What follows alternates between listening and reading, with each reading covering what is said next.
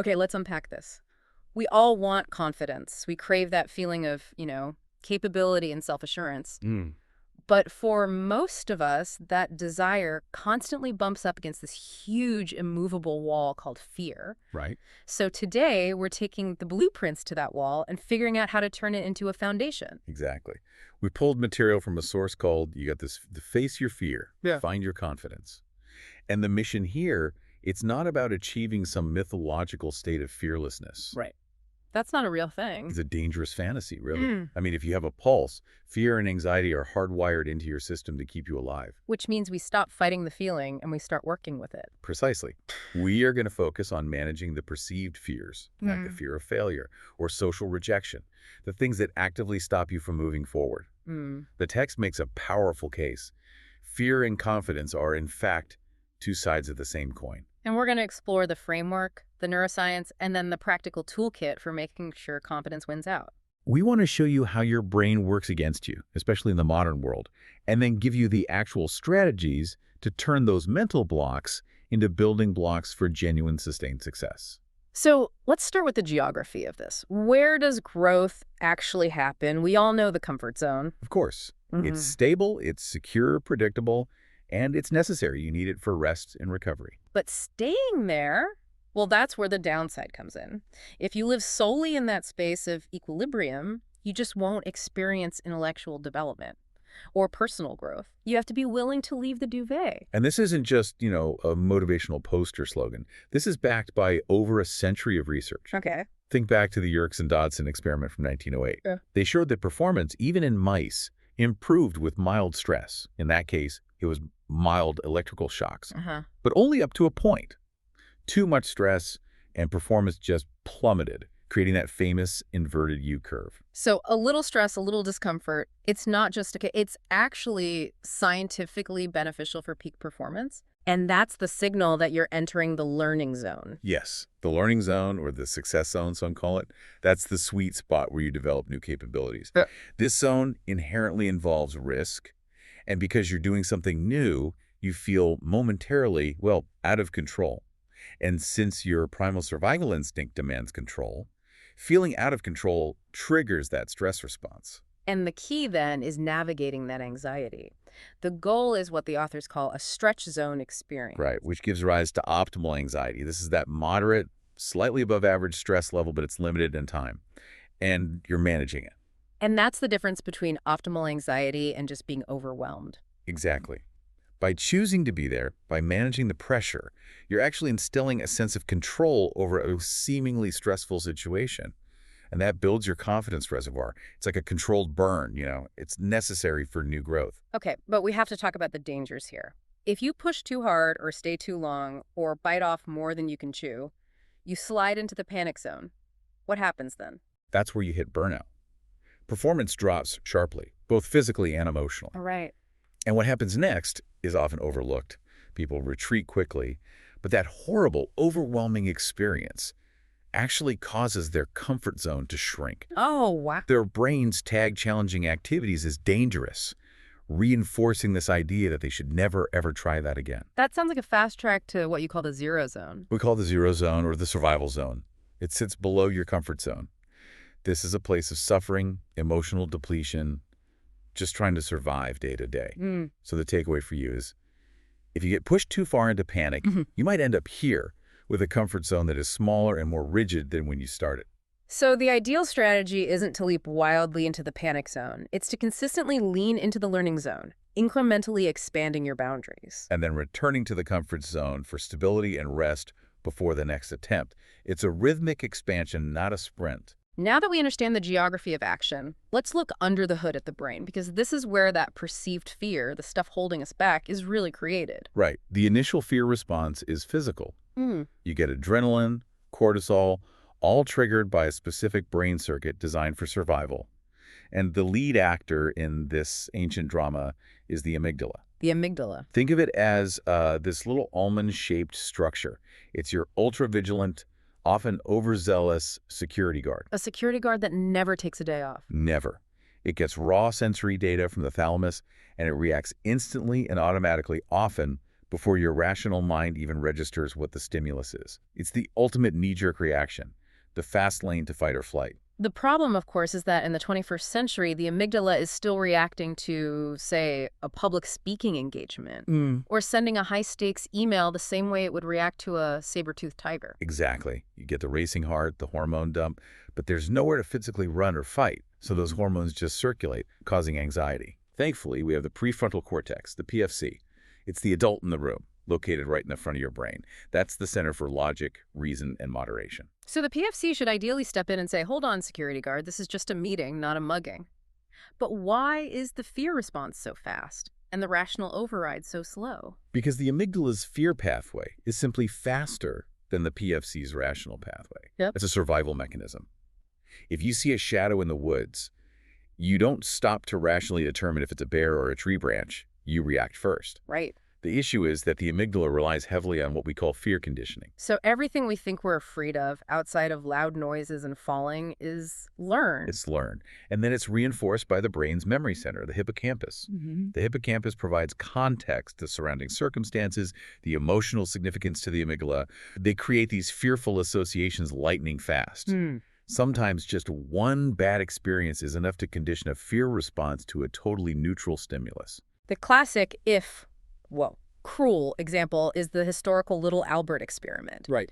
Where a baby's natural fear of a loud noise was paired with a neutral object, a white rat, until the child feared the rat and then generalized that fear to all things white and fuzzy. And you see this in your own life as scene of the crime syndrome. Say you have an embarrassing moment while giving a presentation in a specific conference room. Okay. Your brain, with the help of the hippocampus, registers that room as dangerous. The next time you walk in, the amygdala fires off the warning signals, even though the room itself holds absolutely no threat. And if that weren't enough, we also have the negativity bias working against us. Why do we always jump to the worst-case scenario? Because that's ancient risk management. We instinctively place 3 times as much importance on negative information as we do on positive. 3 times? It kept our ancestors alive. It means we are perpetually on high alert or lookout duty.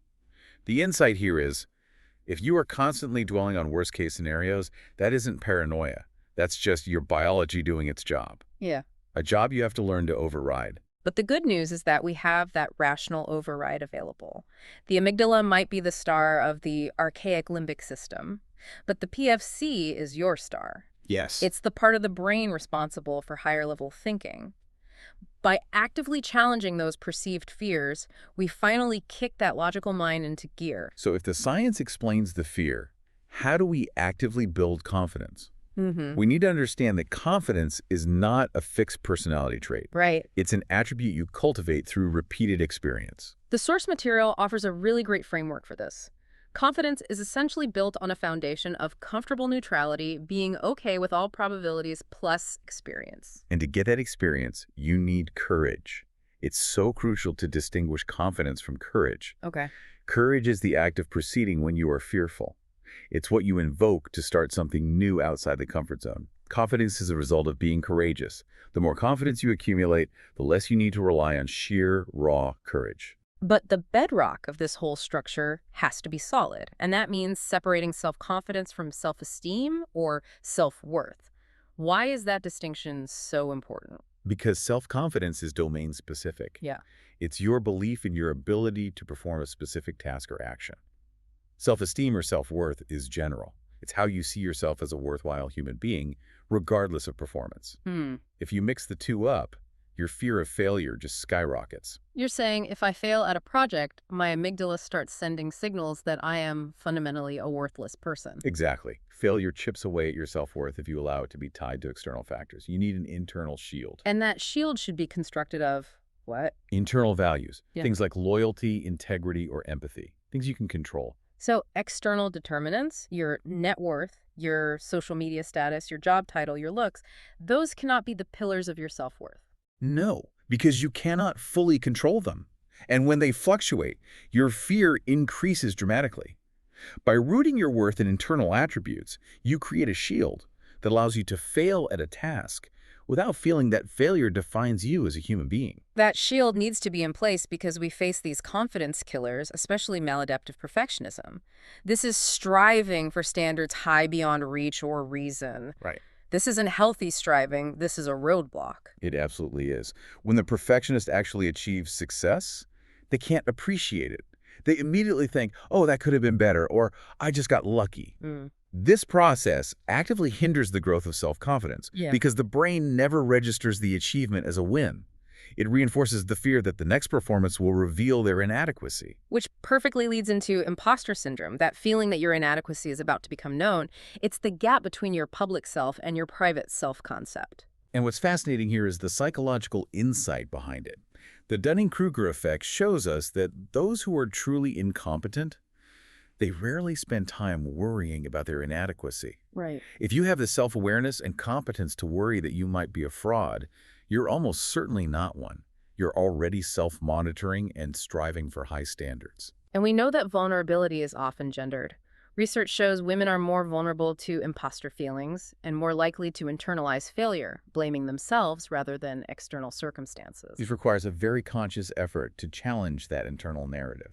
Okay, now let's move to the practical, actionable toolkit for getting out of that analytical mindset and into the learning zone. The most powerful philosophical tool available is Stoicism, which is rooted in logic and reason. And this isn't passive acceptance, right? This is active engagement. What is the first principle we can apply? Accept what you can't control. We spend an immense amount of energy worrying about external factors, other people's reactions, unpredictable market conditions, random outcomes, All the what ifs. all of it. Stoicism tells you to focus your energy only on what is up to you, your actions, your preparation, and your reactions, and learn to release that external noise. And the second key principle immediately pulls us back to the action zone. Take action. Stoicism isn't just an intellectual exercise. The best Stoics were doers. The text reminds us, knowledge that does not determine action is dead. You can analyze your fear all day, but only the act of stepping forward builds competence and reduces the amygdala's power over that perceived threat. This brings us to a psychological hack for overcoming that freeze moment. The commitment decision. This is the ultimate expression of assertiveness in the face of paralyzing fear. When you are stuck in indecision, that loop of will I, won't I, you are breeding anxiety. Indecision is a major fear generator. Okay. The commitment decision is simply the moment your higher, rational PFC overrides that fearful, childlike amygdala. By making the choice to proceed, you've already dissipated a significant amount of anxiety because you've reinstated a sense of control. You've shifted from worrying about the decision to focusing on the plan, and the science follows that focus. Exactly. You are literally creating the biology of confidence by shifting your cognitive focus. Now let's talk about my favorite counterintuitive tool, fear hacking, or controlled catastrophic thinking. This is the anti-positive thinking tool.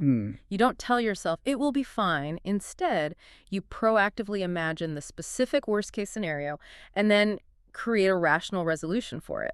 This strategy immediately engages your PFC. You are essentially completing the fear loop. The amygdala yells, danger, Yeah. and you calmly ask, okay, what specifically is the danger and what is my plan if that happens? You see this fatalism used by people like Elon Musk when starting ambitious projects. He accepted the high probability of failure, but did it anyway, making sure he had contingency plans. Right. By planning for the absolute worst, the actual fear is diminished because you realize you can cope with most eventualities. And at the same time, your preparation improves your performance. It's a double win. So for long-term growth, the final necessary tool is a trifecta. Preparation, experience, and repetition. Yes. Preparation is your armor against the fear of failure. It hedges your risks and gives you the best chance of success. Experience is courageously entering that learning zone. And repetition is non-negotiable. It's exposure therapy for the amygdala. If you have one bad experience, you fail, you embarrass yourself, and you retreat and never repeat the activity. You just make it worse. You confirm the fear conditioning in your brain and your comfort zone shrinks. You must repeat the activity slowly and incrementally until a task becomes a normal, non-threatening part of your life. So if we bring this all together, you do not need to be fearless. Fear is actually a critical signal. It points you toward what is important. Confidence is not a personality trait. It is a skill built by the courage to step outside your comfort zone, managing the optimal anxiety in the moment, and accepting failure as invaluable feedback. And here is the final thought to sit with. We spend so much time striving for success, but because we are biologically hardwired for rapid adaptation, we often immediately diminish our achievements. We climb the mountain, but once we are at the top, our brains instantly perceive it as a hill. It discards the confidence we should have gained and just resets the goalposts. That adaptation is necessary for survival, Yeah. but it works against us when it comes to sustained confidence. So we'll leave you with this question. Since success is temporary and we are biologically hardwired to adapt, how can you consciously integrate the appreciation of your victories, both big and small, into your internal narrative, ensuring that the confidence you gain from that courage is sustained and not immediately discarded? Think about that framework until next time.